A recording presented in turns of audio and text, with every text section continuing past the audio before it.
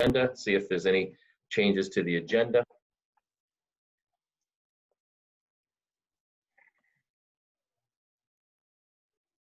Hearing none, agenda is approved unless anybody objects. We'll move right into our public forum. I just want to mention that our last meeting, it was a very, I think, productive discussion. It was very challenging to manage the comments because of the way we structured it. I'm still getting used to these meetings, and I think for the purposes of this committee, it's going to work best for us to open it up for the public forum, discuss things as a committee, and toward the end, open it up again for feedback, basically, rather than having people, certainly send us questions, but the committee needs to kind of focus for a chunk of time doing its work is really the most, I think, the most effective way to proceed. So that's how I'd like to go forward. But let's open it up to public forum. And Ian, are you going to recognize people as they sort of indicate they'd like to speak? Yes, absolutely. So if you would like to speak, I had Karen, we'll have her speak first. She sent me an email ahead of time, but anyone else that would like to make a public comment, please just let us know in the chat, or you can use the raise hand function. Okay. So Karen, you can talk now. You're on mute, but whenever you're ready.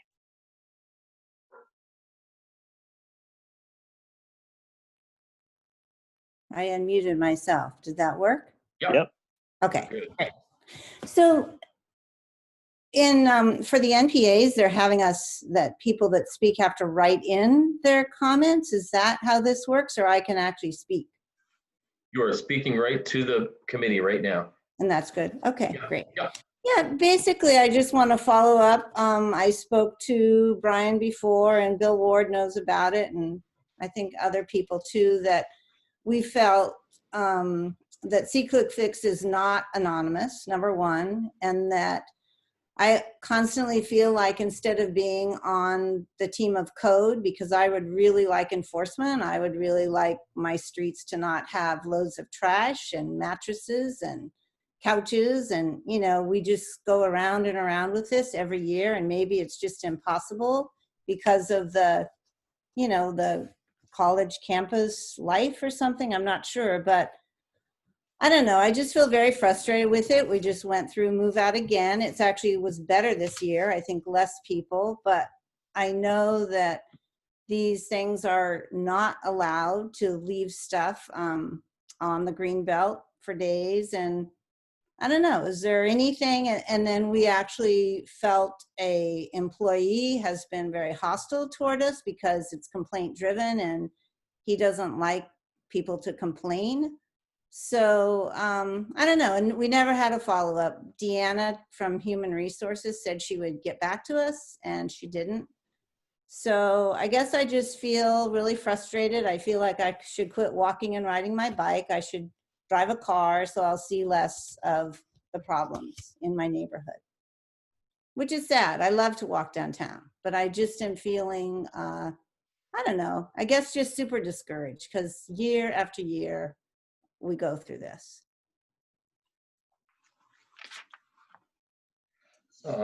Thanks, Karen. We definitely took note of what your comments, and we'll try and address it at some point tonight. Next Great. person, Ian. Thanks. Yeah.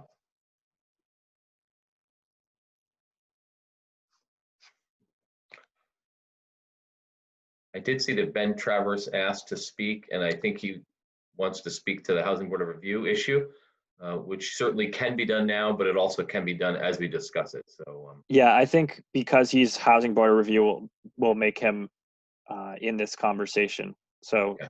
Part of the discussion. Yeah. Okay.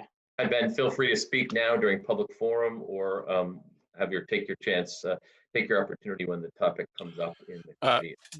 I'm happy to wait, Councilor Pine. Thank you. Okay, sure. Okay.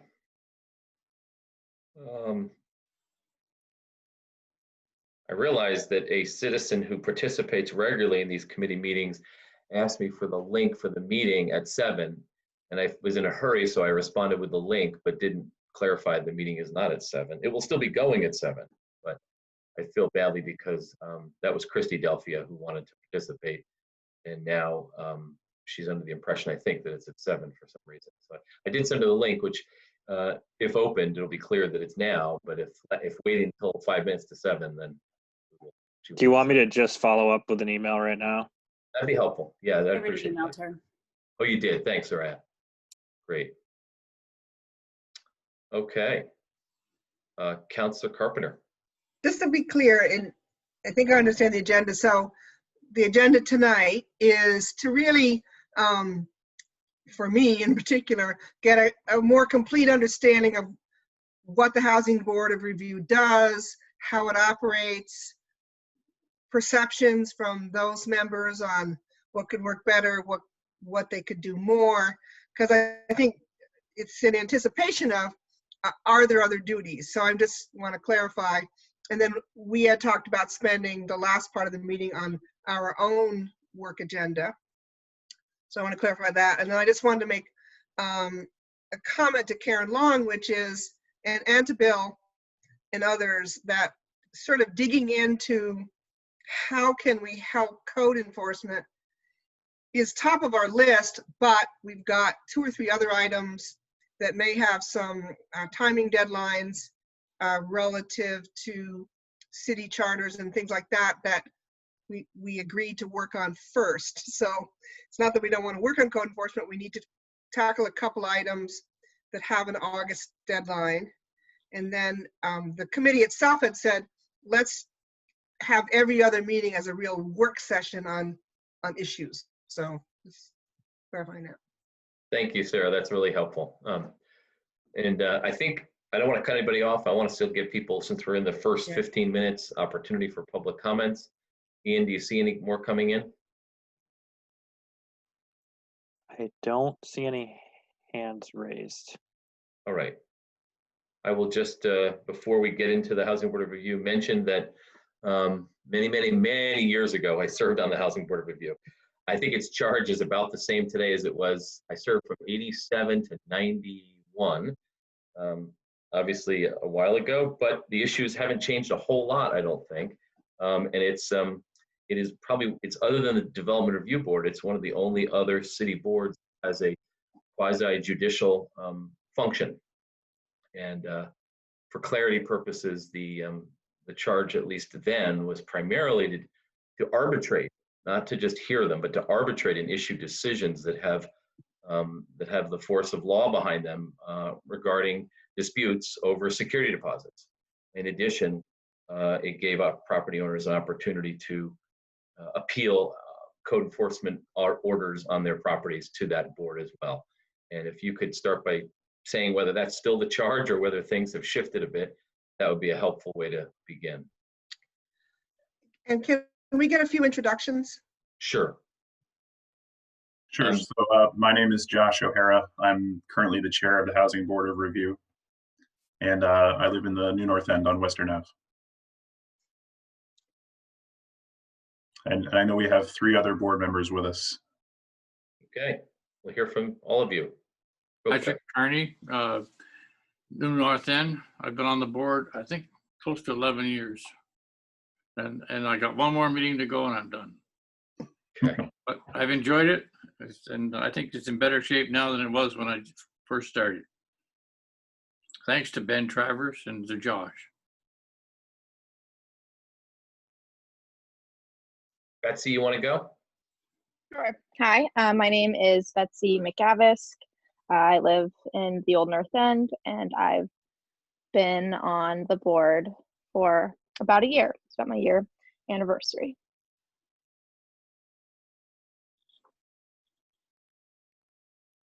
Ben? Yeah, thank you. My name's Ben Travers. When I first moved to Burlington, I was a renter. I'm now a homeowner in the South End. I served on the Housing Board of Review for 5 years, from 2014 to 2019, and got off in the summer of 2019 as its chair, and happy to provide any input I can with respect to my service on the board. Great. Patrick, are you Patrick Murphy, live in the Old North End. When I first joined 2 years ago, I was also a renter. I've been a renter most of my life, and but now own an apartment here in the Old North End. Okay, thank you. And I think the rest of our participants are staff or counselors. I'm Brian Pine, chair of the committee. I represent Ward 3 and Zariah. Just a quick introduction. Zariah Hightower, Counselor, Ward 1. Sarah Carpenter, Counselor in Ward 4. Okay, so do we want staff to give a quick overview, or do you want to hear from board members? What do folks, what's the pleasure of the group? Quick question. Have the Housing Board of Review members seen the document, some of the proposed changes that have been floating around already? I have not. Okay. Yeah, I've seen a couple changes, Yes, such as composition of the board and expanding what we could decide, but I don't know if I've seen a specific recommendation. Okay. Is there a way we could email that to folks, just as a reference point? Yeah, I did forward my response to Councilor Carpenter's questions that did include both city and research and the tenants union proposal on changes to the Housing Board of Review. So it was sort of a long email. I don't, it wasn't necessarily in any detail, but I did touch on the 5 recommendations that the tenants union made, and I can bring those up if you any materials you need me to bring up, just let me know. Okay, great, thank you. I guess that might be helpful, just for both the participants and the members of the community who are participating virtually. This is the challenge of these virtual discussions. It would probably be good to have that, Ian. So if you could, that'd be great. And is there anybody from the Housing Board of Review that's prepared to just say a few words about your the work you're doing, your charge, your workload, that type of material information? Yeah, I'd be happy to. We are, like you said, a quasi-judicial body, meaning we've all taken oaths to decide the cases that come before us impartially. And there are basically 2 types of cases that come before us. The vast majority are security deposit disputes between landlords and tenants. There are 4 different reasons that a landlord under our ordinance can withhold the security deposit. The majority of those cases tend to be questions about whether any damage to the unit was beyond normal wear and tear. The other cases that can come before us are violations of their minimum housing standard cases. There's a slew of different standards that the landlords need to make in order to have their certificates of compliance. And the code enforcement has a regular inspection and will issue violations. And typically the landlords will appeal those violations to us. We also can hear requests for variances from those minimum standards. An example recently is a landlord had an older building that had a bathroom in the middle of it, and bathrooms in Burlington need to be vented, and she couldn't do that within the kind of the way the building was built, and so she requested a variance from us. And then the ordinance allows people who are aggrieved by a decision of the code enforcement office to appeal to us the decision. And we, in late 2019, I think, heard our first case of a tenant who disagreed with a decision or a series of decisions from code enforcement and appealed that to us.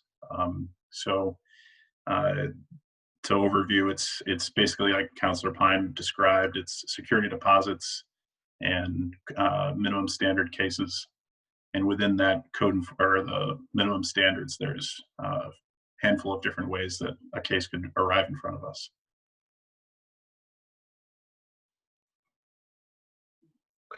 committee members' questions here. Sarah.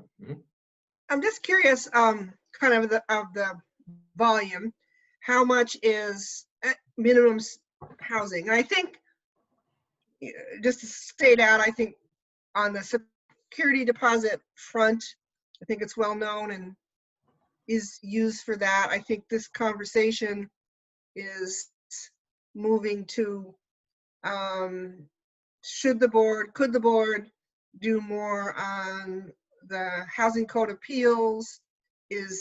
How much volume is it? Is it from tenants, landlords? Is it not known to people? And I think that's what I'm trying to understand, kind of your role in those conversations. And do you need more authority, or is it just authority that's not well used?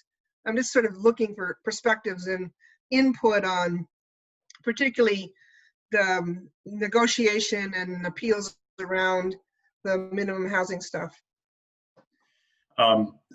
The white paper that went around that Ian sent us, I think pretty accurately captures our numbers. And in fact, I think Ben Travers put that together.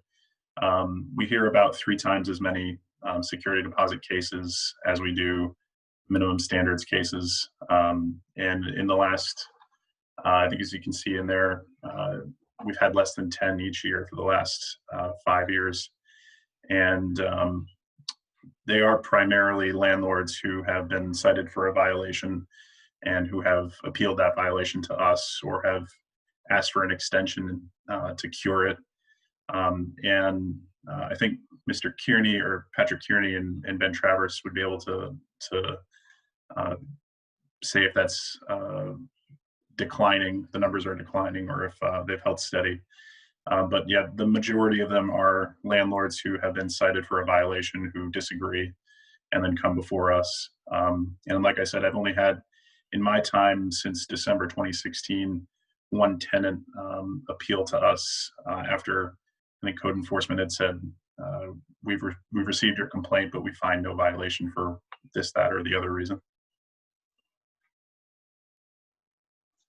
I can say, to answer one of your questions, Sarah, is that at one time on the board, maybe 3 years ago, 4, we were hearing as many as 5 cases a night, twice a month. And I believe we skipped a couple of months with no hearings at all. And this month, I think we had 2. Last Monday night, we had 2. And so it's declining. One of the big things that we did, and thanks to Ben, was we asked code enforcement that when people register, when they send out their bills for the apartment registrations, is to send out a form letter on the security deposit transmittals, because they say significant number of hearings were because the landlord never told the tenant they had a right to a hearing. So on our form, which is on now the Housing Board's website, and also code enforcement gives them a copy of that when they send out the bills once a year. So there's no excuses now for a landlord not telling the tenant that they've got a right to a hearing. I think that's reduced our number of hearings substantially. Maybe Ben could elaborate on that. Sure, I'll be able to. I'll speak to it just briefly. So when I first got on the board in 2014, I found myself very frustrated that many of the security deposit cases were decided on technicalities. In that, the city ordinance requires that that the landlord provide a notice of withholding within 14 days of a tenant vacating the apartment. The notice of withholding has to be line itemed, and it has to include notice of the tenant's right to appeal to the housing board. And the Vermont State Supreme Court has held that if any one of those items is missing, that the security deposit must be automatically returned to the tenant. And that's frustrating not only as a board member, but I think it's frustrating for both tenants and landlords. Many of the landlords who came before the board, whereas some of them had no excuse for not knowing the law, there were others who, were more of a, let's say, mom and pop type landlord who maybe owned a duplex and were renting out the other side of their house, or had one building in town and just weren't aware of the ordinance's requirements, which are different than the statewide ordinances, right? So if you were to go and review guidance for the state of Vermont, Burlington's goes a little bit further in requiring that you provide notice of the Housing Board of Review. It's also frustrating, I think, for tenants, because when the Housing Board has to decide a case on technicalities, the board then does not get into a discussion as to whether or not damage was in fact done to the apartment and what the extent of the damage was, and so on and so forth. So what happens then is that a landlord, if they still believe damage has been done to their unit, whereas they have to return the security deposit to the tenant, they could still take the tenant to small claims court to seek damages that were done to their rental unit. And because the Housing Board has not had an opportunity to weigh in yet as to that issue, then it's a brand new issue that the small claims court can look at and review. So, you know, in one sense, you got some closure on those technicalities, but in another sense, there were still a lot of open-ended issues. So our board, Patrick was there, and we continued to do it, did take on some education efforts by putting together, you know, we were very careful to keep it to one page because we wanted folks to read it. And one way in which we got that out to people was certainly through cooperation with the Code Enforcement Office to give it to rental unit owners when they came in to re-register their apartments. But it was also provided to, I mean, I think if I were to speak to some of the proposals that were here, I think it's vitally important that as a quasi-judicial body that the Housing Board retain its impartiality. And because of that, it was important to me that when we put together this one pager, that it not just go to code enforcement. We also provided it to the Vermont Tenants Organization. We provided it to Vermont Legal Aid. We provided it to state of Vermont entities that provide guidance to folks, both tenants and landlords, as to housing. And on the other side of that, we provided it to the Vermont Apartment Owners Association. I met with folks at University of Vermont that help with off-campus housing. And so we did some of those education efforts, and I believe those have still been ongoing.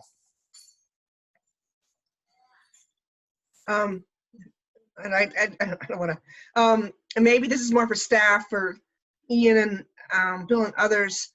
Does the Housing Board of Review have a role in education? And if it was to be beefed up, do you see that as appropriate? And then maybe before you answer that, I'd be curious from Ian or Bill, what does the city do now for landlord-tenant education? I know there's a small piece of the housing registration fee that goes to landlord-tenant education, I think to the Vermont Tenants or the CDNR program, but if somebody could speak on that, I'd appreciate it. Bill, could you help us with that? Sure. The amount that goes to the to CDNR for Vermont tenants is, and Patty, you can correct me, but it's somewhere in the neighborhood of around $24,000 a year. That's used for their ability to do the online call, the hotline number that they have to answer tenant questions. That is part of what we have in our contract with them annually. And I believe that was the way it's always been set up through the Chapter 18, the housing ordinance, that there's that set aside. There's something similar for Vermont apartment owners. That's closer to $8,000.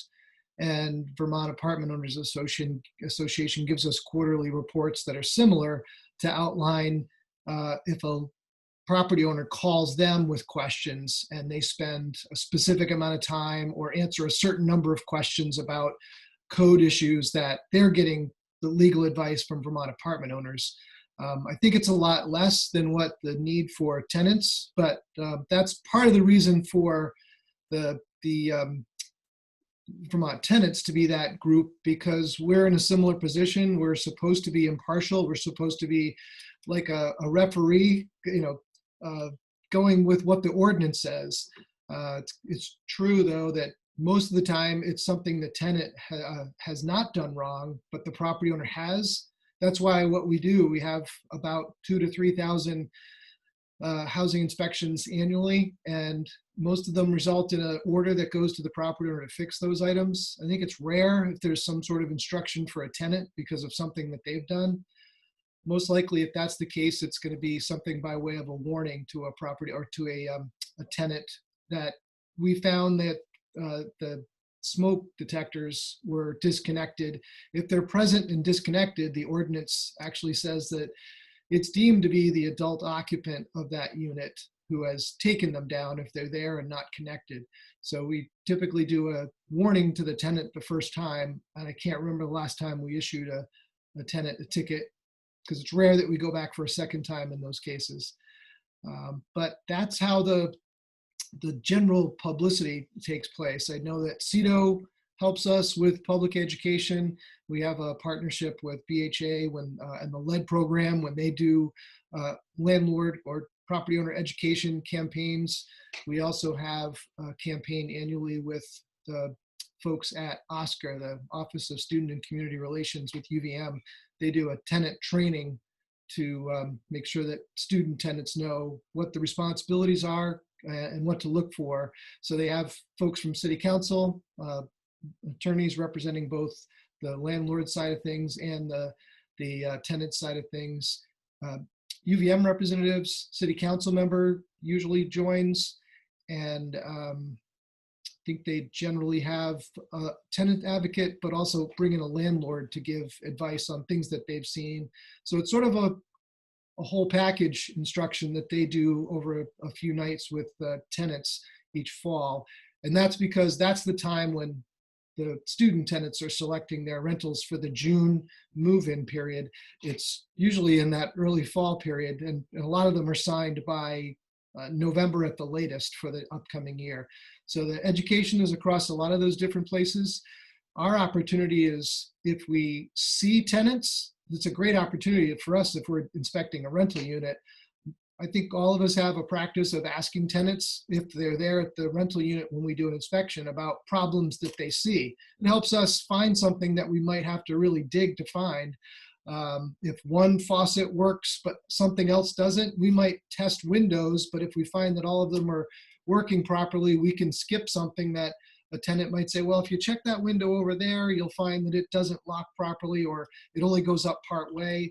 Tenants can be really helpful, but I can tell you anecdotally, my own inspections, tenants aren't there 80 to 90% of the time. A lot of times, if the property owner has given them notice, the tenant's not there because they don't want to be around when someone else is coming into the apartment. So it's not the best opportunity for us to give that because it doesn't happen as frequently, but it's a great opportunity when we have that one-on-one contact to give direct feedback.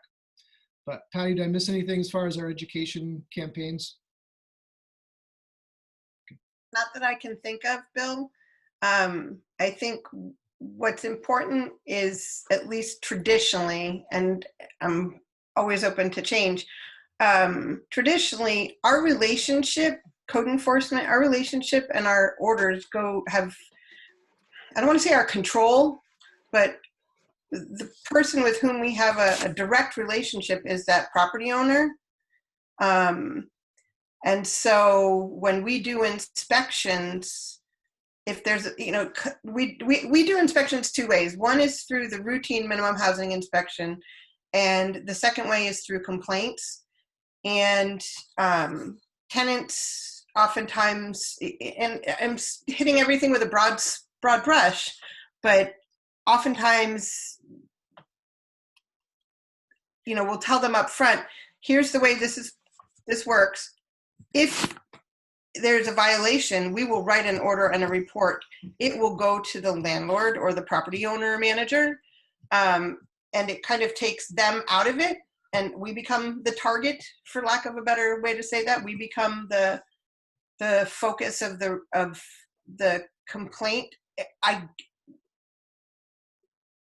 It's also an opportunity when complaints come in for us to educate tenants. And I think over time, that's probably the biggest part of my job has been in educating tenants and property owner managers.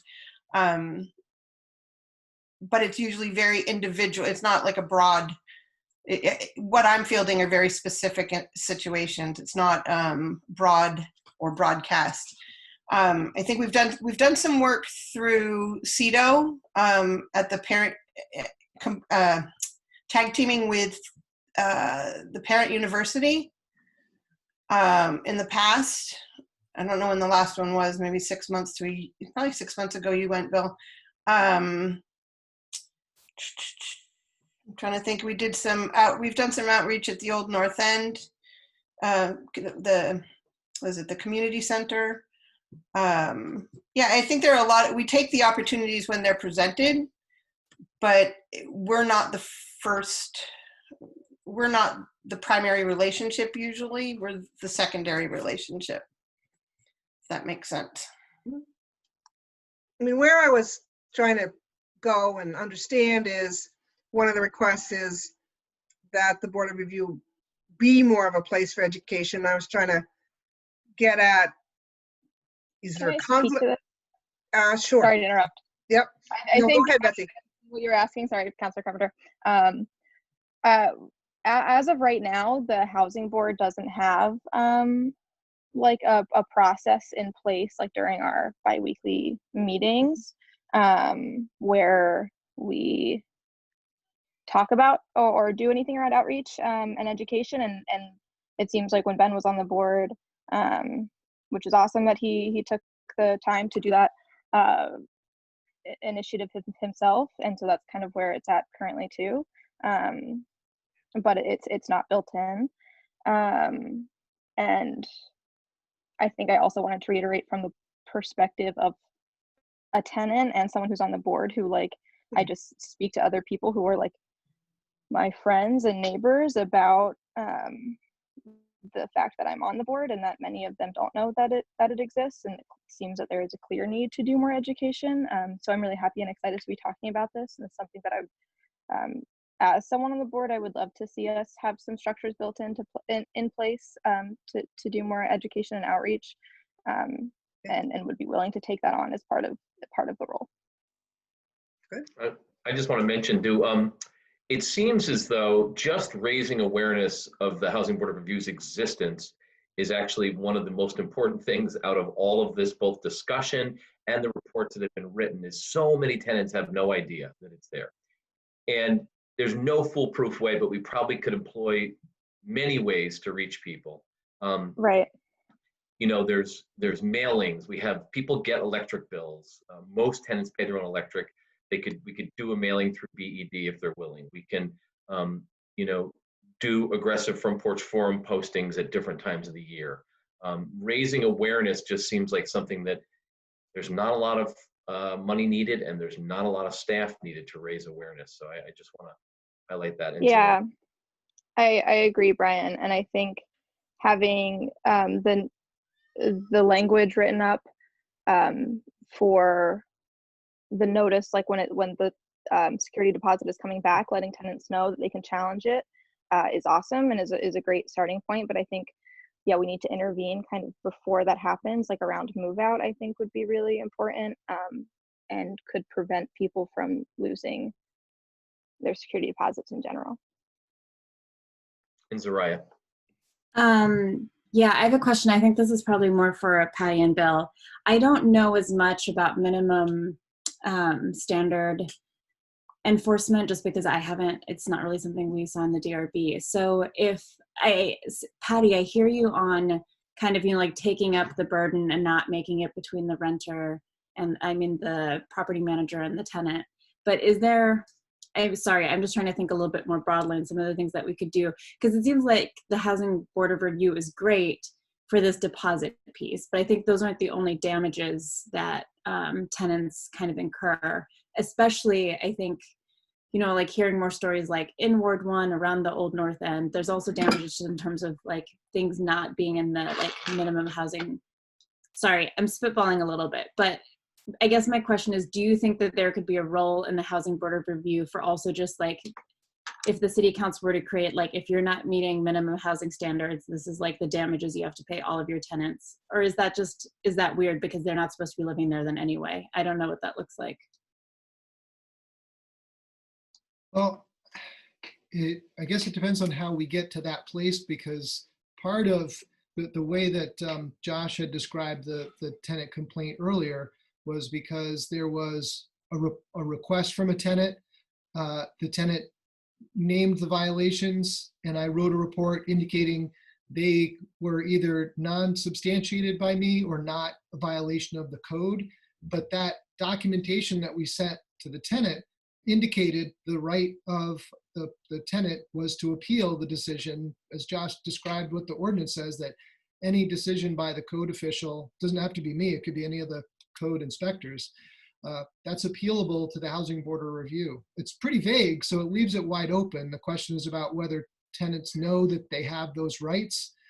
Our documents are supposed to have that at the bottom of all of them, so the property owner gets the order, and the order is a form letter, and it says at the bottom that, you know, you have your right to appeal within 30 days by writing to the city attorney through the director. Mm-hmm. And that's how it gets to the Housing Board of Review. I think the question would be, I'm trying to remember a time when we had a tenant who wasn't satisfied with the explanation, because generally if someone has a code question and we go and we say, actually, that's not it's not a violation. It's an interesting question, but it's not a violation. I would say we send an inspector regardless of whether we think something might be a violation or not. But I think we could send paperwork to everybody, but I think most of the time it's the conversation with the tenant to tell them, this is what we found, and it's not a violation. So there isn't anything for us to go forward with the property owner. Generally, they're satisfied with that. This other one was a much more unusual circumstance, because I think there were probably like 20 different things or something in that neighborhood.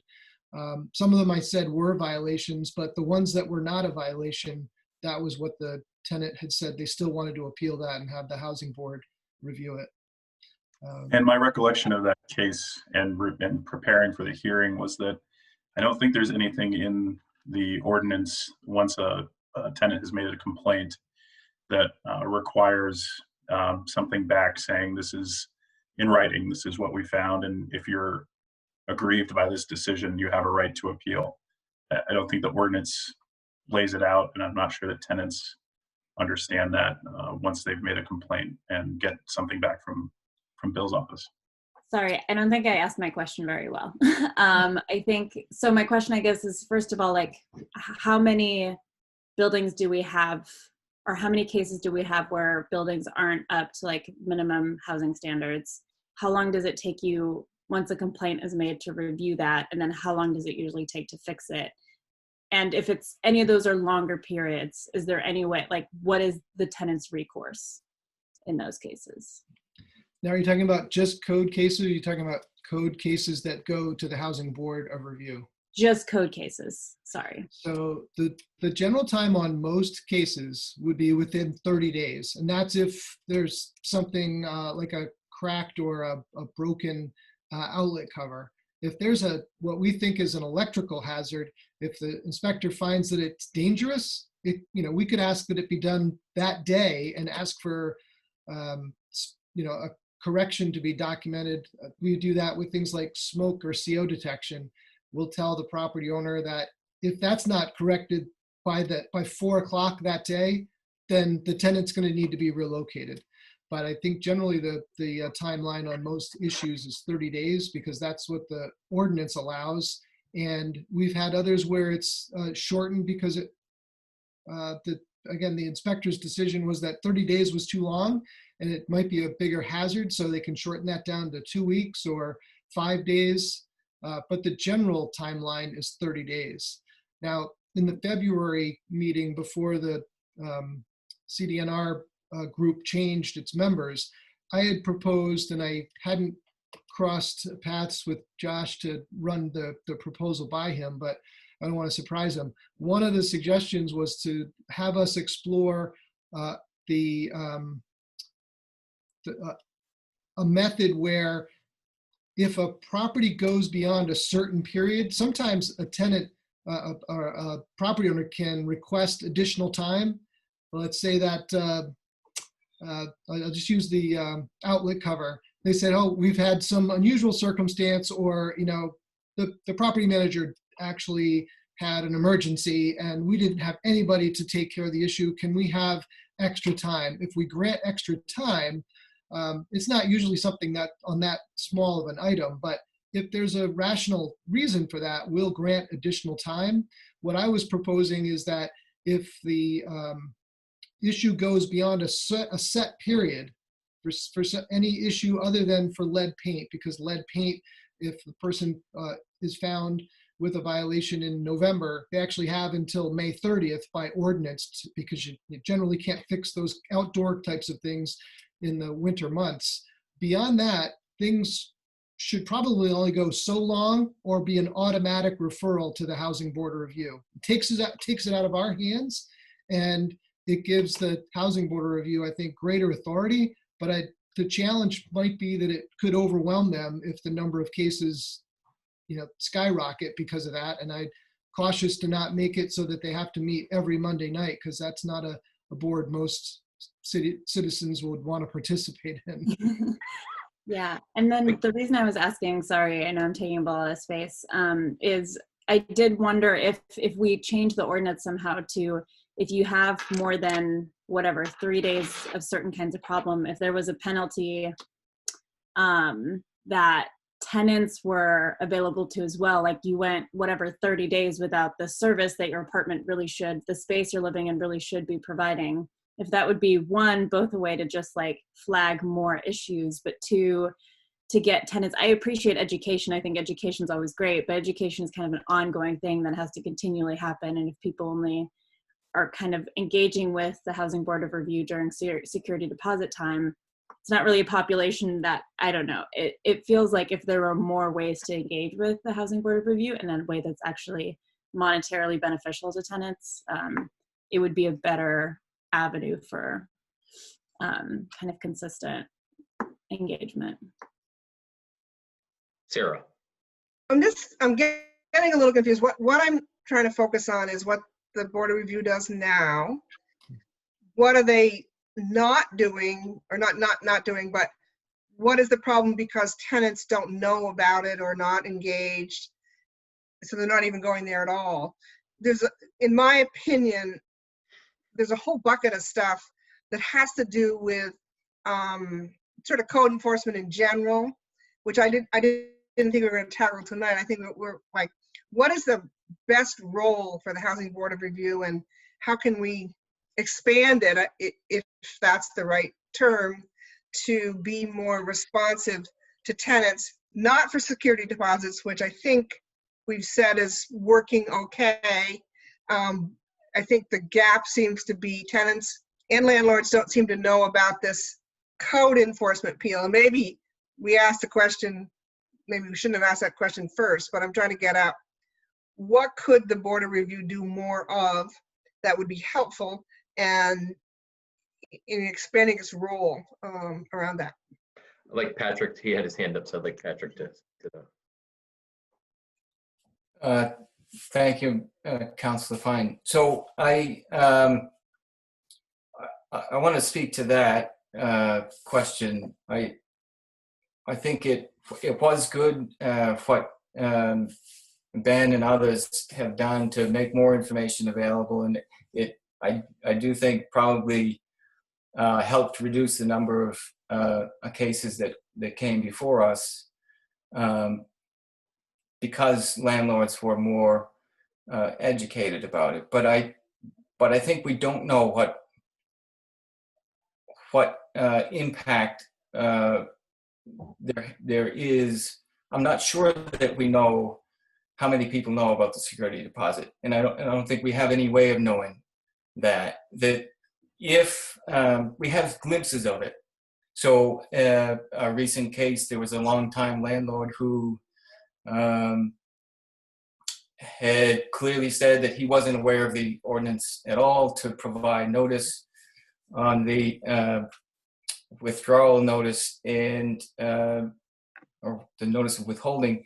And so if people aren't being given that notice properly and they don't have another way to know that they have the right to appeal, then we just don't know the extent of those cases.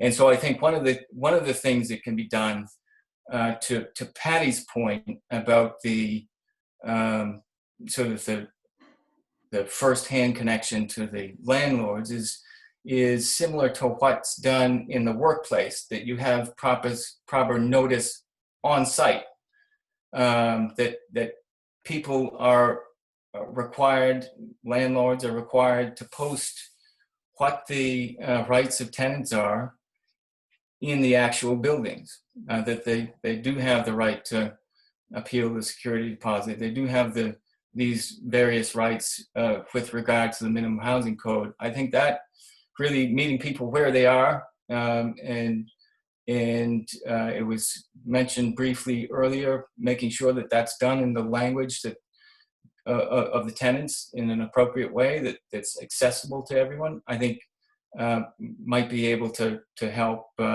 make everybody aware of what their rights are and be able to interact in the moment when there's really an issue that pops up with city government. Go ahead, Patty. So I think one of the things that I had suggested way back, and it's not a unique idea, because so a million years ago when I was a student in Boston and I was a student tenant, it was mandatory, and I don't know if it was city ordinance, I don't know if it was state law, I don't know. I just know that it was mandatory for my property owner landlords to give us this handbook that had the basic rights and responsibilities of landlords and tenants. We have something like that, and that was, I don't know that it was actually written into the lease. That's testing my really crappy memory anyway. But it was something that they had to give us. And I know I was one of those geeks that went through from beginning to end, went, okay, I should have done a lot of things differently now that I have this, so, crummy landlord or crummy situation. But it was stuff that I learned and it was given to me. One of the things that we've suggested is perhaps including something like that in making it a condition of a lease. The issue that's come up is what is it we're steering tenants to? And that's outside of my, I think that decision needs to be made somewhere else if that's something that if folks want to go with and explore that. But we can't solve all of the tenant issues and problems. And there's still education. Yeah, we can provide people with basic education about, this housing board of review or whatever. I think and it's helpful to have that information, but people don't retain it until they need it. Oftentimes, having spent the first 20 plus years in food service and hospitality, we know that, and there's a lot of science and studies gone around the makeup of menus. People don't read. They look at pictures. So, and between you, me, and a fence post, and I'm probably going outside the realm of my what I should be talking about. One of the things that I steer tenants to, and parents and landlords or property owner managers, is the Vermont Tenants Handbook that was put together in conjunction with the Apartment Owners Association a number of years ago. I think they could speak to, the pieces and parts of that. My only reservation is it's not always 100% up to date. Mm-hmm. But I think that's a technical piece that could be resolved. The one place to put this back on, and Legal Aid's website is always up to date, I know. That's a decision that's outside of me, what resource folks go with, but I think that's a great way to educate a lot of people out of the gate. is to make that handbook type thing. It's something that stuck with me for 35, 40 years here. Can I just put a little edit for full disclosure? I've worked a lot with legal aid, and VHFA had a website, and we used to fund CVOEO, and I know Sandrine's on here, and we, the state, defunded their landlord tenant education program. So all of those materials are out of date. And just as a sidebar, I'm trying to get the state to reinstate that money.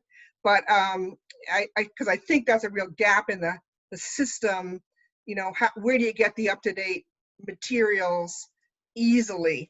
So I'm just tossing that out there because I think that, and then I think specific to Burlington, if we could get those materials up to date in public, you know, how do you sort of enforce? I liked somebody's comment about it should be on the bottom of every piece of paper that comes out of an office. And at some point, I would be interested in Sandrine's, you know, up to date on where they're at. I know they're way understaffed as well. How do we update? And then how does the Housing Board of Review kind of roll into that? Josh, go ahead. So as a person who, as an attorney who's worked in indigent defense and public defense for the last 15 years, I'd like to reiterate what I think the Housing Board of Review really offers and does well, which is a very low cost alternative, and Ben alluded to this, to going to court. It's a place where folks can have an impartial body of 5 citizens decide their disputes. I think the education piece is critical, and I think that tenants absolutely need to know their rights. But I don't want to lose sight of the fact that this board is, its core function is plainly judicial, and it's got a huge benefit. If you've ever had to go and sit through small claims for a day while they walk you through a mediator, and then you maybe go in front of a judge a little later, it's a huge cost and a huge burden. I think that we should not lose sight of the fact that we are an alternative to going to court that doesn't exist anywhere else in the state except for maybe Barrie. And I think that they're actually closing down their housing board. That's what I've heard. So the education piece is critical. If people need to know their rights, they'll never get a public defender to say people shouldn't know their rights. But I would like to reiterate our impartiality and our judicial function and the value we offer in addition to as an alternative to court. I would just like to add, before I'll get to you, Pat, in a minute, that a requirement that is perhaps not known by everybody, but should be by every rental property owner, is required to comply with the state's essential maintenance practices law annually. And when they do, part of that requirement is giving out a little booklet that is essentially how to protect your family from lead in your home. That booklet is required annually, not just at lease signing time, but annually is to be given to the tenant. There's no reason why we couldn't say that renting in Vermont or something like that could be a requirement that you distribute it to your tenants on an annual basis. So I think Zariah made a great point that you don't know it until you need it. But if you're at least reminding people annually that this is this material, this information, these rights exist, then they have a better chance of actually exercising their rights. And the process is as Josh said, is incredibly user-friendly. It's really for I believe, at least from my experience, that a tenant can get through the Housing Board of Review process on their own with no help, really. So, Pat Kearney. I think that Patrick Murphy hit on it, to start with a poster, to know your rights and expand on that. And the Tenant's Handbook, I believe, is the wrong shape. It should be like 8.5 by 11 and include some forms. And each landlord should be obligated to hand one out each time the lease is signed. And if you want to make it every year, but we don't want to tie it back to the lead inspections because there's a lot of properties that don't have lead. So it could go out You know, Bill Ward has been very, very accommodating to us. And that booklet could go out with his code enforcement bill each year. You send a bill to the landlord, here's the book, but then nothing goes to the tenants. We got to get that booklet to the tenants every year.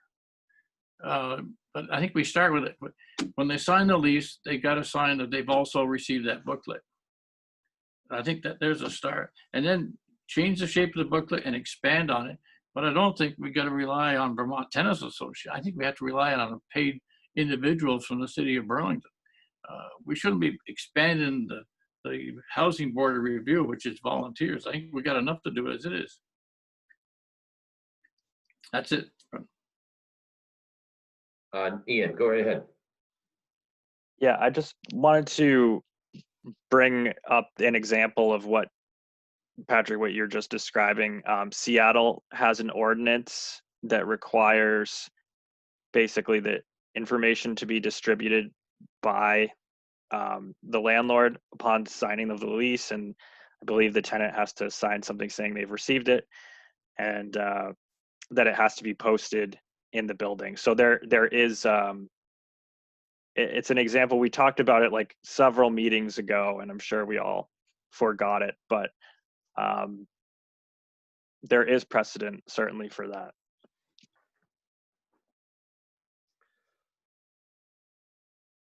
I think there's a lot of notes about what's available electronically, and that's important, and it's accessible, I think, but I think there's also a need for having an actual piece of material that stays perhaps somewhere in people's homes, hopefully, and isn't lost.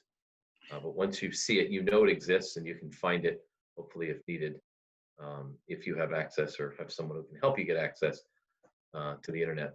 Are there more panelists, folks who want to speak before we try to provide some closure here? Sarah? Well, maybe for another meeting, but I was interested that Sandrine's on the call, and they do a lot of stuff statewide. And so I just wanted, a lot of us know her, but introduce herself, because I think they're a resource, and they're the ones that created that booklet, but then we took away the money for them to update it. So I just wanted to, I don't know if you can let her in or not, Yeah, but sure. Ian can do that with Sandrine and maybe Devin from Legal Aid, since they provide a lot of information. And Legal Aid was instrumental in the back end consulting of that, and the rentalhousingcodes.org website, which is now 5 years out of date, and got a lot of play when we first put it into being 10 years ago, and then again it got defunded, so it sort of sits there as a little out of date thing. But just, yeah, and this may be for another meeting, but yeah. One little known fact is that 35 years ago, CVOEO had a Vermont Tenants staff person named Kirby Dunn, who wrote that booklet with Hollis Hope from VHFA. Yep. So that's sort of the history. Yeah. It's been, I got a lot of history in this one. It goes back to 84, 85. So Sandrine, Devin, do you have stuff you can share with us about the work your organization is doing around these tenants issues? At least introduce themselves, and maybe it's for another night because we're running out of time. Is Angela Zakowski also on the call too? I see that, but I'm not sure. Yeah. My turn. This is Devin from Vermont Legal Aid. I don't really have anything to add to the conversation right now, except that we have been constantly and regularly updating our website. We always have new information up there, and we're super excited to be part of these discussions. So I'll just leave it at that for now, since it's a busy meeting. Thanks, Devin. Thanks a lot. We may be seeking your help if we get enough support to update the renting in Vermont, since Legal Aid was very involved back when it was first done. Yes, Sandrine? indeed. Yes. Can you hear me? Yes. Oh, okay. So yes, Sandrine Curie for CVOEO Vermont Tenants. I will not extend on all that we do, but we do provide tenants right and responsibilities classes. We do have a hotline. We do have the documentation that is listed on our website. If you go there, it's extensive and interpreted materials that we have on the website. And yes, is correct. we are trying our best with the little capacity that we have. And we have said many, many, many times that you can only actually work with what we have. We are in the process of updating the definitive guide, and you know that it's a very extensive document, and we have to be very cautious on how to do it and when to do it because, again, of the capacity. It did ask for a lot of financial support and a lot of collaboration, and it took time to put this book together. We want to actually still be able to do our best, which is to provide the information to tenants and accurate information as in many ways as possible. So the classes are one way to do this. The hotline is another one. When it comes to the RHB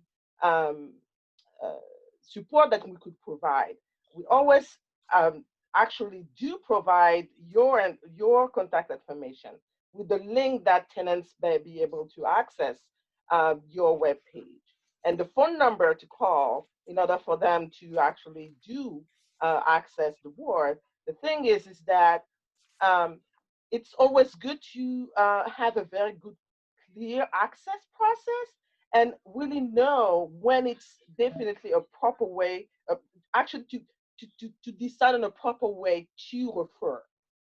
That's what is, I think, something that we might be able to do as Vermont tenants. Thank you. I'm not gonna extend. I could talk for hours when it comes to the work that we do, but this is the 2 cents that I wanted to tell you. So thank you. Thank you, Sandrine. Angela, is there anything you'd like to add from the perspective of apartment owners? Hello, everyone. Hi, Brian. This is Angela Zaykowski. I'm the director of the Vermont Landlords Association. And I think I will just echo what I've heard a lot around the room is that there was funding for the updating of the Finding Common Ground book, which is an 8.5 by 11 workbook that provides forms and very unlegalese information for both landlords and tenants about the landlord-tenant relationship, and there were sections in there that were specific to Burlington. The downside to a document like that is, I believe the last time we ran it for print, it's about $15 a book to print it because it is so many pages.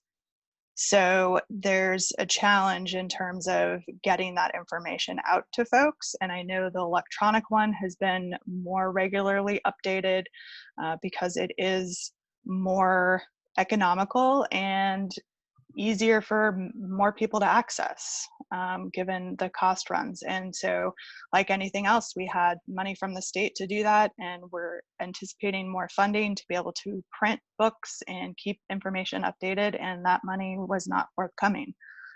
So it's a lot of it's just been a money issue. Okay, thank you. Sarah. Just quickly, and maybe for another time, Angela, how do you feel about, I don't know, the requirement or the suggestion that we aggressively mail/give to landlords some informational site, a handbook or a website, and then conversely ask the tenants acknowledge that they've received that information? Again, sort of similar to what we do with lead. Yeah, I think there's a couple of challenges. Is one, written leases aren't actually required. I think it's a good business practice and most landlords should be using them, but the reality is not all landlords do. And they're not required. So you're going to miss anybody that's in that group. With regards to posting, I mean, there's requirements that lead paint information get posted, and I can tell you from landlord's experience, the first thing that comes down after the tenant moves in is the lead paint posters that have been posted to be in compliance with the law. I see Bill Ward shaking his head in agreement to that. So there's challenges that not all buildings have common areas or easy places for landlords to put that information. You know, would it make sense to have some sort of one-page handout with a list of information and resources for tenants? You know, sure. A lot of landlords have that as a part of their lease.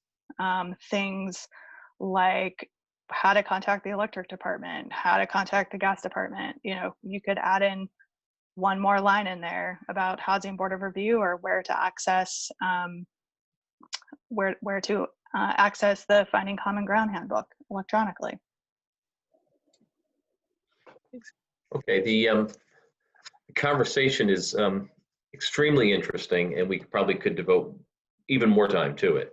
What I'd like to do is wrap up with a conversation, sort of conclusion from committee members with possibly input from panelists about, I don't think we've answered the big question, which is what changes to the Housing Board of Review are desirable, advisable for us to pursue, if any. There's a request, there was actually in the CEDO report, it was suggested that it could be, the role could be expanded. That was really as much information that was in there.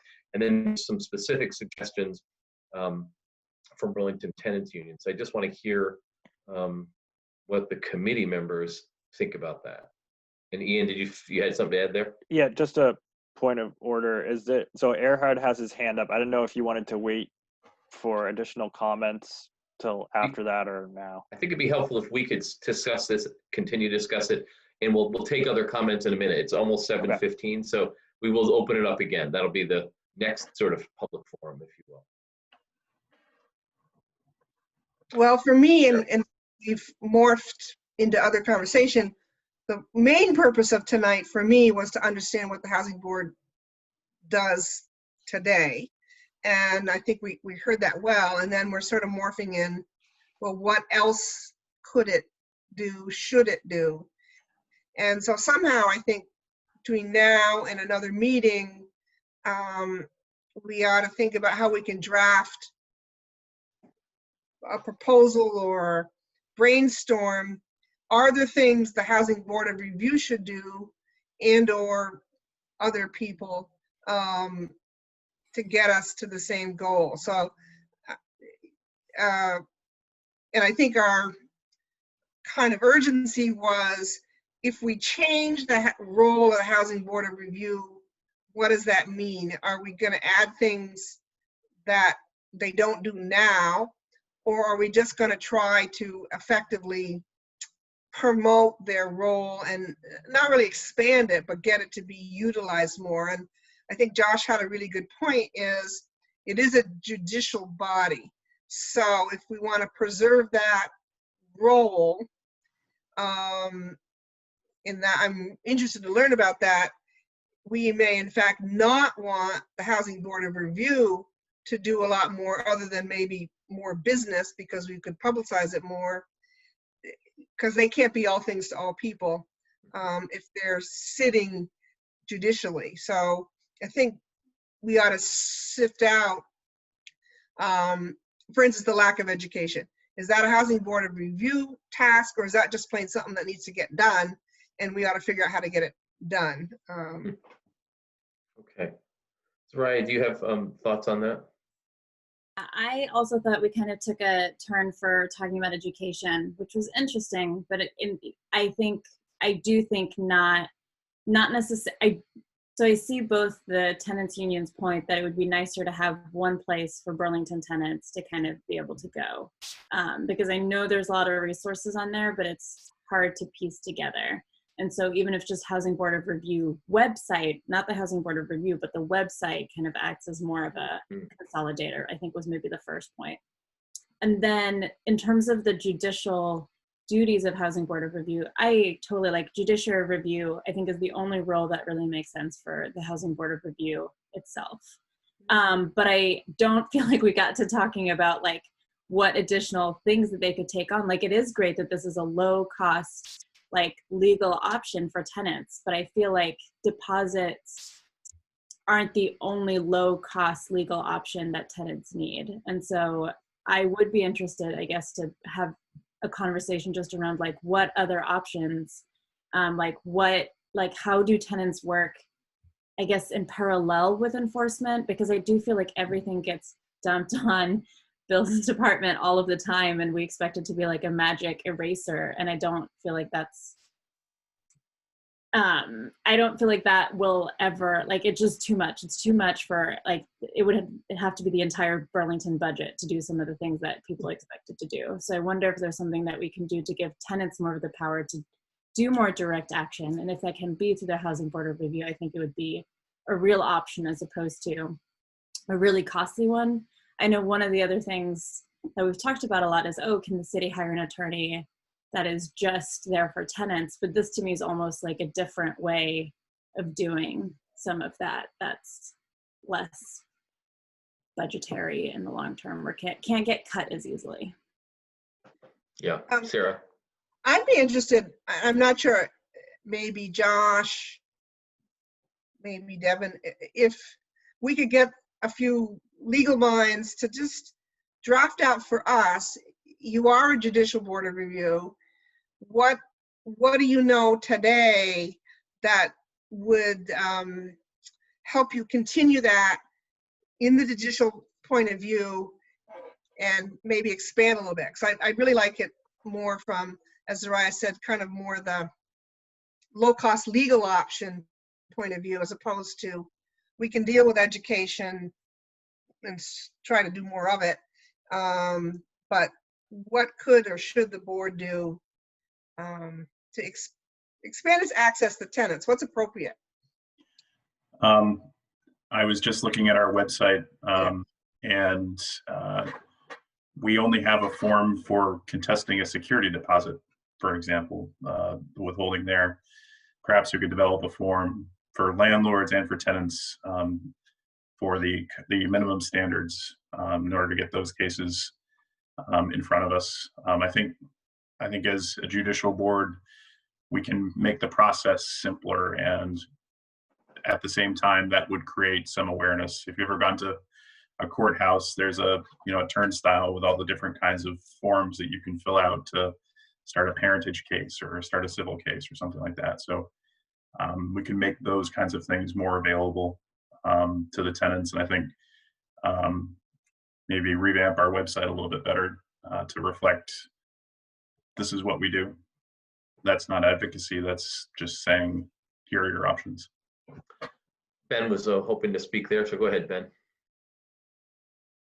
Yeah, just really briefly, I think perhaps one of the reasons why this conversation has gone the avenue of sort of education and process efforts is because that's a discussion that the Housing Board of Review can have, that its current members can have, and still sort of stay in the lane of being a quasi-judicial, impartial body, right? When we start talking about how the powers of the board should or should not be expanded, whether or not their orders should have more teeth to them, whether or not the makeup of the board should have more tenants versus landlords or what have you, it's very difficult, I would think, for someone in Josh's role or Patrick's role or in Betsy's role for them to weigh in on that and still maintain this quasi-judicial aspect of it all, right? So I'm not surprised that that's the way the discussion went, given how this is the group that panelists that are set up.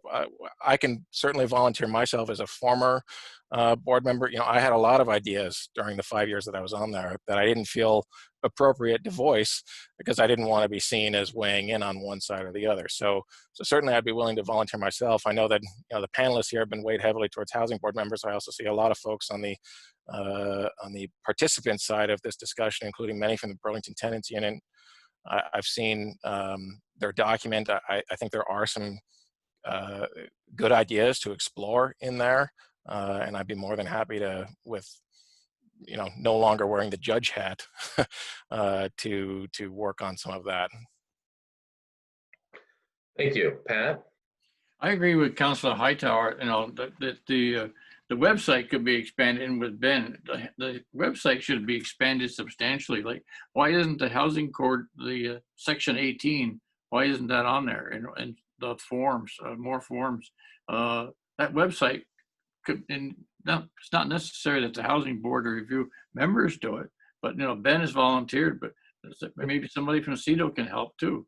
But there's substantial opportunities there with that website that we're not doing today. Thank you. The Chapter 18 is the city's Code of Ordinance section that deals with housing. and that's where you'll find all the information about the minimum housing standards. And the Housing Board of Review is actually found in that chapter. So it is a part of our code of ordinances that several people have referred to as well. Make sure folks know that. And Bill, looks like you have something to add here as we wrap this up. Yeah, I was just going to say this is great getting the information out about the Housing Board of Review, and particular if there are complaints from tenants. I will share it tomorrow when I'm back in the office for the new members of the CDNR. But at the February meeting, I had proposed a draft of a comment card or a postcard that we could give.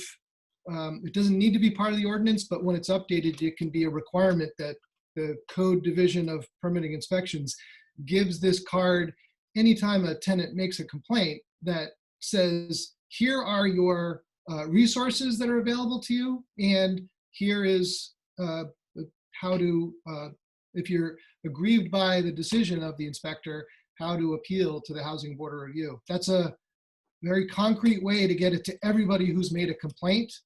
And again, we haven't finalized the language that was on it because it was on a draft that night, but happy to send it to the members and have it part of the minutes for tonight's meeting, if that's okay with you, Councilor Pine. And I think we'd appreciate that. I'll send it to Ian. Yep, we'd really appreciate that. We'd also appreciate if the Burlington Tenants Union and Ben Travers would maybe sit down and compare notes and see if you can't come up with some agreed upon next steps to propose to us. And before, I think we're going to move to basically giving the public a chance again, who aren't the panelists, to weigh in. I think we've had a lot of good discussion, but I think we need to wrap it up soon. And I want to ask Ian if he could open it back up. I know that Earhart had his hand up. I'm hoping Christy will add her voice. She's commented in the chat box, but it's definitely helpful if folks speak directly to us now about what we've been discussing. Where to go next? Thanks. Brian, can I just ask a question? What's the protocol? We can talk later about putting together a little work group. So we just heard a lot of good suggestions, a couple volunteers. Is that something we can do? I think we can suggest it, and I'd have to ask Ian offline perhaps about what staff capacity there is to provide a little bit of support to that group. But maybe they don't need much. Maybe it's just empower a few people to go and brainstorm and come back with some suggestions, perhaps. Yeah. Why don't we go ahead with Earhart? Thanks, Brian. So Earhart Monka, and I guess I'm speaking both as a longtime city resident, but also having worked for the Vermont Affordable Housing Coalition for years. And just maybe start off by just saying, I continue to follow these discussions with a lot of interest. I was around when all of these programs first were started. I was on the city council back then, helped write the last iteration of the code, actually, together with one of Sandrine's predecessors, Ted Wimpy, now retired, and the city's attorneys and so forth. So it's really interesting to follow this discussion from sort of the perspective of having followed it almost off and on for 30 years. And one thing I will say for all of what folks might say about how code enforcement is currently happening, I would say in the 30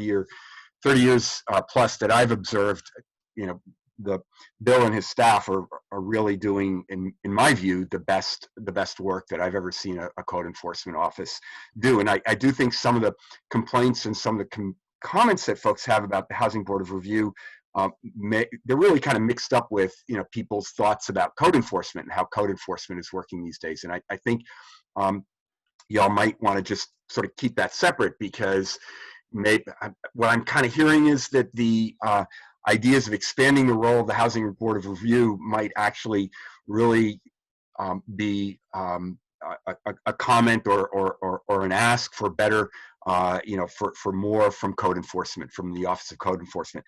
I certainly think that code, complaints and records should be published, and that's something that Sarah and I have talked about and have worked towards at the state level with the Rental Housing Advisory Board that she shares and that we both sit on.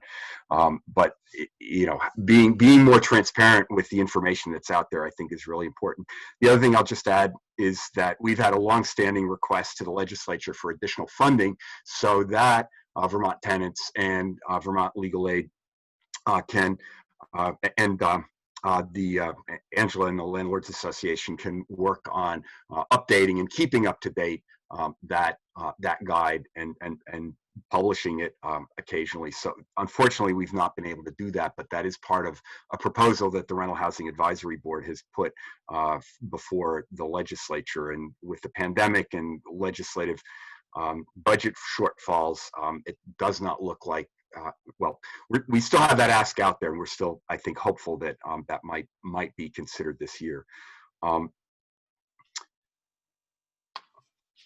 just looking at my notes. I totally think that, you know, more money for education and for outreach is absolutely necessary. I'm not sure that you want to duplicate it in a lot of different places. I think, you know, having it with Legal Aid, having it with Vermont Tenants, having it with the Landlords Association, and maybe just, you know, I don't know if the Housing Board of Review needs to create its own forms. Some of those forms are already out there. They're already in the document that Angela and Sandrine's predecessor, Pam Favreau, worked on a number of years ago, and they can certainly be updated. So I'm not sure you guys need to duplicate that effort. Maybe just what's already out there just needs to be refreshed and updated, because, as folks said, it's out of date.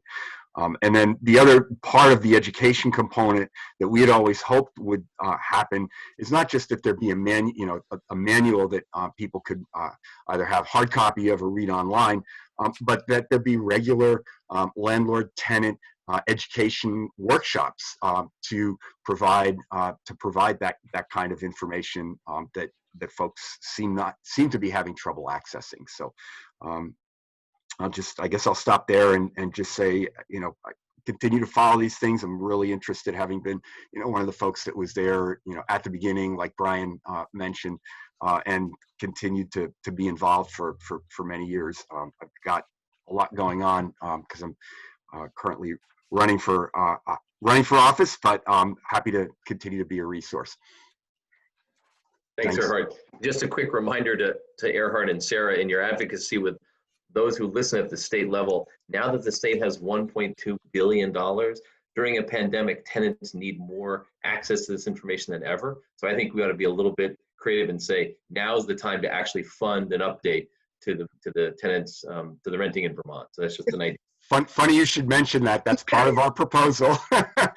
we have a $400,000 ask that includes standing up a statewide registry of apartments, and it includes additional money for updating that document, and then for Angela and Sandrine, or whomever to it's best to do this, to go out and do regional workshops with both mom and pop landlords as well as for tenants. Great, thank you. Other comments coming in, Ian? Hands raised, or are they just coming in as sort of chat items? No other hands raised. This is a chance, we're wrapping it up now, but this isn't the end of this discussion, but this is another chance for people who've been waiting or maybe making comments to actually share their thoughts with us as we wrap this up tonight. Okay, we've got Keith Pillsbury and Christy, both hands up. Keith, go right ahead when Ian gets you on. You're ready to go.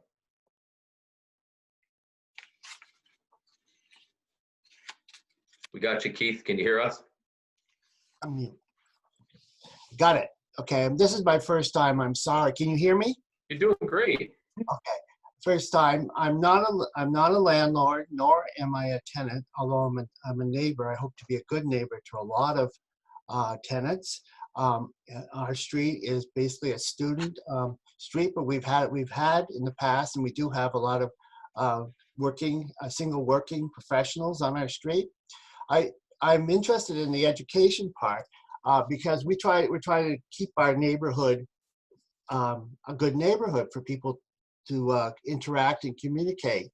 And over the past 3 years, parents have told my wife and I that there's more than 4 in a house, and we've been understood that in our street, unless there's an exception, that most of the houses are to be occupied by only 4 occupants, and most parents say there's 5 or 6 in the house. We don't jump right off. We just sort of make a relationship, and then we find out from other tenants on the street that yes, that's true. So trying to be good citizens of Burlington and making sure that the landlords know the rules, we make a complaint. And Karen mentioned this at the beginning of the meeting. We make a complaint, we fill out the form, and we have to give our name. And it's kind of hard to have good relationships with your neighbors if they know you are the complainant.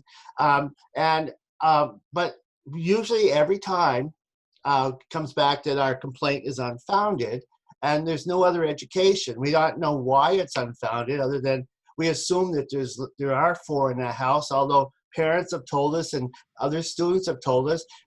We don't go in. I found out now that the inspectors actually go into their bedrooms and check their bureaus, etc., which was really embarrassing to me, because I had made the complaint and the students had good relationships, and they were very upset, and we had a long conversation about that. And I'm trying to make our neighborhood a neighborhood where people have good communication, and also that the properties are kept well for our students. I think the reason that students maybe have more than 4 in a house now is because the rents are so high, because the landlords have been willing to pay more than regular families or regular couples would be willing to buy are willing to put down. And the houses are always outbid on us in this street. I understand we live near the university, but we are changing from what used to be a working kind of professional people that worked at the hospital, the university, or in the city, to a street that's now more rentals for students. It would be great if there were rentals for working people or professionals. Then you'd have more of a better mix. June 1st, we got 60 new neighbors. I don't know who they are yet, but and Bill, I can't tell you how many of them came from other places. Thank you for your letter to help you with the coronavirus, making sure that they are isolated. That didn't make any sense to me, because on the Friday night before June 1st, there was a big party on one of our porches, and my wife and I were on our way to talk to the students, and somebody had called in the police. And so, it's not a good way to have a good neighborhood, the way things are going right now. So that's I agree that tenants need support, but also the neighbors need information or support also. If they're going to make a complaint, they should not be seen as kind of the bad guys when you're trying to be a good citizen of Burlington. Thank you. Thank you, Keith. Christy, you were next, I think. Christy Delphi, are you with us? There you are. You're still on mute there. Okay, great. There you are. Yeah, I'm here. Yeah, our, excuse me, I'm sorry. We've got a lot of air freshener in here today. Our point for the Housing Board of Review was for education, because the city has not given what has been promised for the last 7 years. They promised to post all this stuff, and we still haven't seen anything on the website. We support higher fines for landlords that do not and flat out refuse to make repairs to their properties. This money would be used for, or could be used for, the education paperwork that everybody's saying costs so much to hand out. It could be split into legal funds for tenants, because as we see right now, there aren't any. Legal aid flat out tells you they will not take a case to court with you. So you're basically left trying to find a lawyer, a private lawyer, to which most of the time you have to pay for. And there's a lot of lawyers that are not willing to do tenant landlord law. So this proposal puts forth the ideas so that these higher fines to landlords that refuse to repair their properties, this money can be split into different areas. And that's basically what the proposal is for, education and what the board can do. I did post a link in the chat window to a board from San Francisco and what they do, what they have their housing board of review do for their tenants. So if y'all want to click on that link and have a good look at that, that's some of the stuff that we could possibly have our board do if it's at all possible. And I look forward to working with, who's the gentleman that was just Ben Travers. Ben. Yes.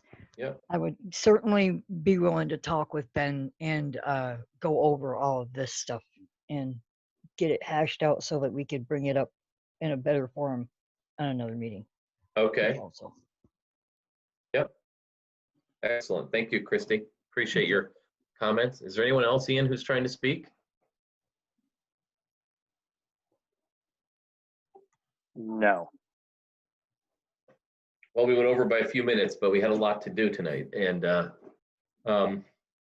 we still have a fair amount to discuss. These issues are not simple, and I just want to say I appreciate the perspectives that people have shared with us. I think the committee has, I believe we've gained some new knowledge, some new information.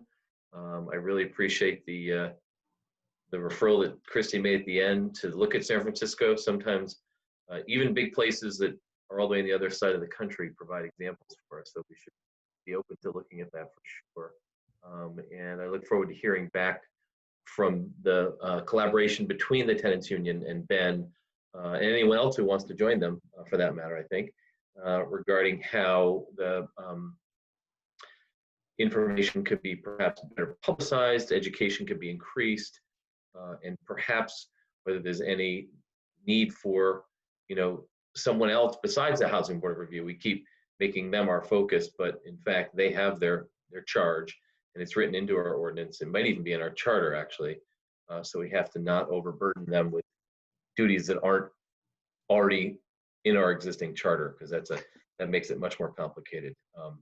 But there may be other ways to actually achieve the same outcome.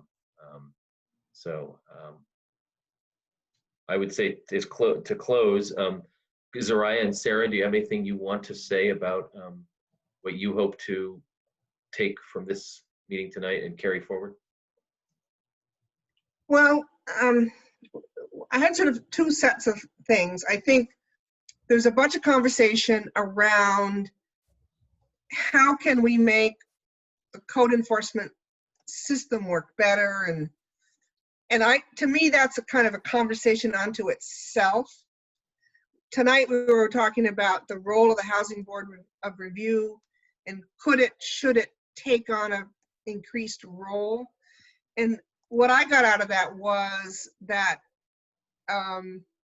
it doesn't necessarily need an increased role. I think there's a sense that many tenants don't understand what the role is to begin with, and that leads us on to education. And so it seems like an unmet need to figure out how we can more expeditiously get out the word that we do have this Board of Review. And as Earhart said, nobody else has it, and use it as effectively as possible in its sort of judicial capacity. So I see sort of two tasks ahead of us. How do we get the Housing Board information out there better?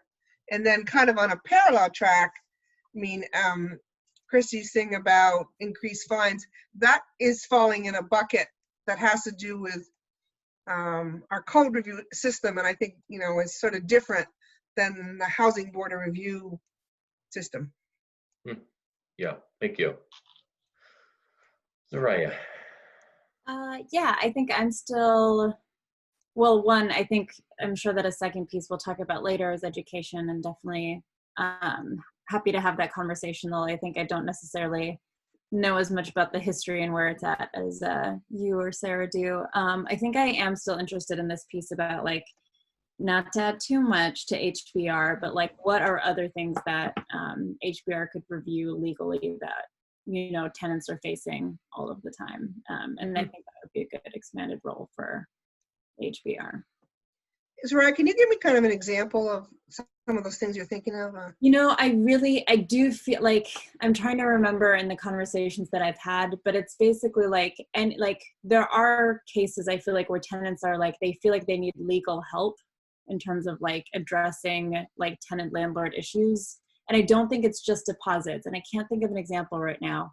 I will by the next time we meet. Well, I mean, I would say from my, there's a whole bucket of stuff that have to do with tenant landlord mediation, and you know, could that be better? And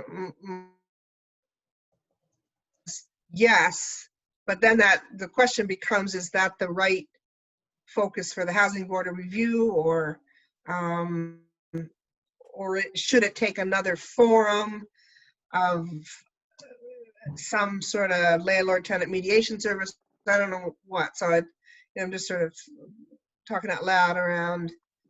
Yeah, I wouldn't want it to be like anything, obviously, but I feel like there are other issues that come up quite a lot. Yeah, and I think Christy just posted something on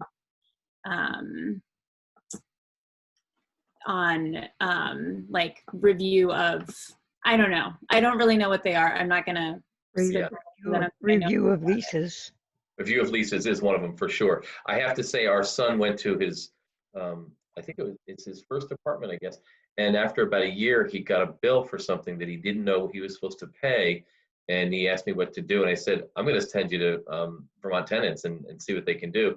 And within a day, he had a response back that gave him the information he needed. So it's when you get to the more challenging cases where you have an adversarial relationship between the tenant and the landlord and the tenant just are at loggerheads, and the tenant has made requests or demands that the landlord feels are not reasonable, and so therefore, for whatever reason, they don't meet up, and that's when I think that's where we get the most friction. And I don't think there's hundreds of those cases, but there are definitely enough, really. Mm-hmm. Yeah, and Mark just made the point that mediation is already conducted at the court by certified mediators. I think that was also true of leases before the Housing Board of Review came in, so I don't think that's a reason to not do it if there's enough of kind of the same consistent problem. Well, and when things get to the point of eviction and go to court, I mean, legal aid has a number of clinics where, you know, they're actually at the courthouse working with folks to try and mediate, because I don't know if somebody pointed this out, but, you know, it's like 70 to 80% of eviction cases don't have legal representation. So those clinics, I think, have been really helpful in mediating landlord-tenant disputes when they get to the worst possible situation. And that's something that during COVID-19 that legal aid has a proposal before the legislature from the coronavirus relief funds to do as well. Mm-hmm. Yes, this is Sandrine speaking. There's one thing that I wanted to add to the discussion. Do not forget that when you talk about Burlingtonians, it's part about all Burlingtonians. It needs to be inclusive. You need to have backup sources for people that do not speak English, do not understand the variance of the system or even the process of the protocol at all. It does take us to take 2 hours on one-on-one sometimes to just relay that rent and responsibility class. Just that portion, 2 hours with an interpreter for one family to be able to assimilate and absorb the information and understand that information. It's not easy to do, but this is something that definitely needs to be considered here. All that is spoken at this time here is the proper process and the proper relationship and proper action that we'll do for Burlingtonians that are Burlingtonians, but for a diverse community, some adaptations needs to happen. And thinking about it before implementing anything, I think is the proper way to do it. Thank you for that. That's all I wanted to say. Thank you. Thank you very much, Sandrine. That's very important information for us to end with. Our committee meets, we had planned on meeting in 2 weeks, and Councillor Hightower had a good suggestion to try and get us off the week of council so we don't have a meeting till midnight or 1 in the morning on Monday, followed by a meeting on Wednesday, and actually move it to the week we don't have council. I think that was the suggestion, wasn't it? Yes, especially because I also have ordinance on Tuesdays. That's right, you do. You have you had 3 nights in a row. Yeah. Sorry about that. So what would be if we were looking out at 3 weeks out? Can someone help me with? I don't have a calendar in front of me. 3 weeks from tonight would be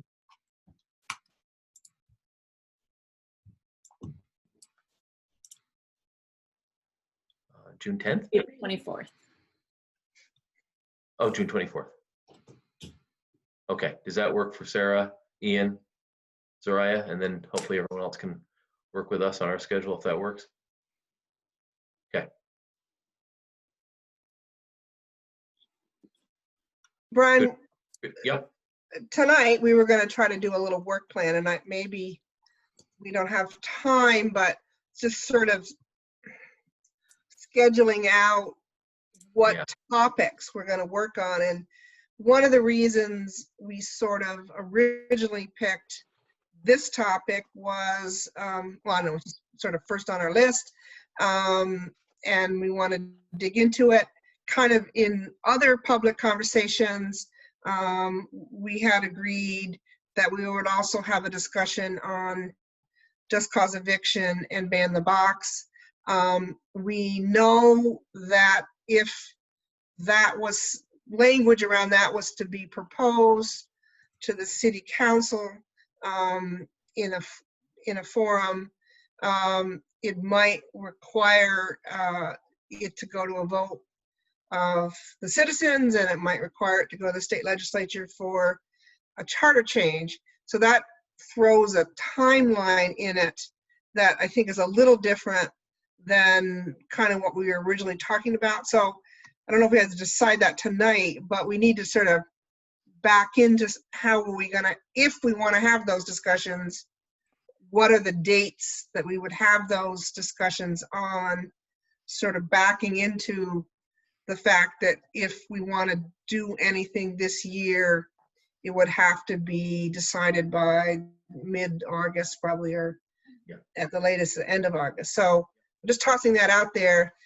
And for me personally, I think if we could get all of the dates set between now and August with the topic areas in them, and I think part of it, and for Ian's help, sort of the invitees, you know, who do we want to invite to come speak to us on the different issues? Yeah. So. Yep, I like that. Brian, I got just one more for Sarah and you and Councilor Hightower. You're going to have to appoint someone to the housing board to replace me during the month of June. We're working on it. And I'd like to see a landlord or a property manager. I've been on for 11 years, and I've been managing 98 apartments for 27 years. And I brought a different perspective to the board. And also, you know, one of the biggest assets we ever had to the board was Ben Travers. And then he left those big shoes, and Josh is filling them now. So it's important we have an attorney on there as well. And if you can't find one by June, by the council meeting, postpone it till you do get one. That may be necessary. I don't think Josh is stepping aside though, right? Oh no, we've got Josh for a couple more years, but okay. But you need I've been working with Angela to try to find some landlord or property manager, and we've been working on it for 30 days. We haven't found one yet. Pat, are you the only person who represents rental property owners and managers right now? Yes. Yes. I'm the only one that's ever been on the board doing that. Okay.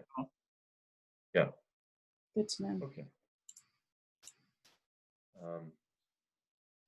Thank you. That's helpful information. Sarah, I appreciate your bringing up the work that we have to do to sort of chart our course, our path, and I think it's probably best that that I take an initial stab at that and just share it with you, Zoraya, and then we'll go from there. Is that all right? Mm-hmm. We will continue to meet regularly. We will be meeting probably starting in at that meeting in June every 2 weeks till we get our big assignments done. Okay. Thank you. Okay. think we're all done with this meeting. Thanks everyone for attending and giving us your time. Thank you for having us. Thanks. It was a pleasure. Thank you. Thank you, everyone.